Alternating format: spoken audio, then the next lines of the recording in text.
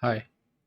To install the AI Assist for Gemini in Sheets and Docs add-on, you can just open a blank spreadsheet and go to the Extensions and Add-ons menu, and you can click on Get Add-ons.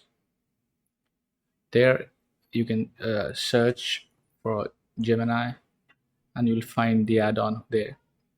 You can click on the Install button.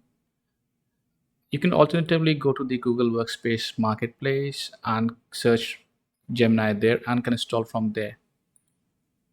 So it will ask for your account authorization, which you'll do like this. It'll tell you that the add-on will require these scopes.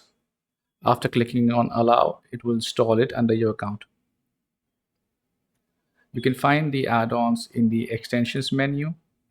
So once done, you can just see the add-on over here. If it doesn't come over here yet, you can refresh the spreadsheet and you can see the add-on menu over there. To start the add-on, you can click on open. You can start playing with the Gemini API.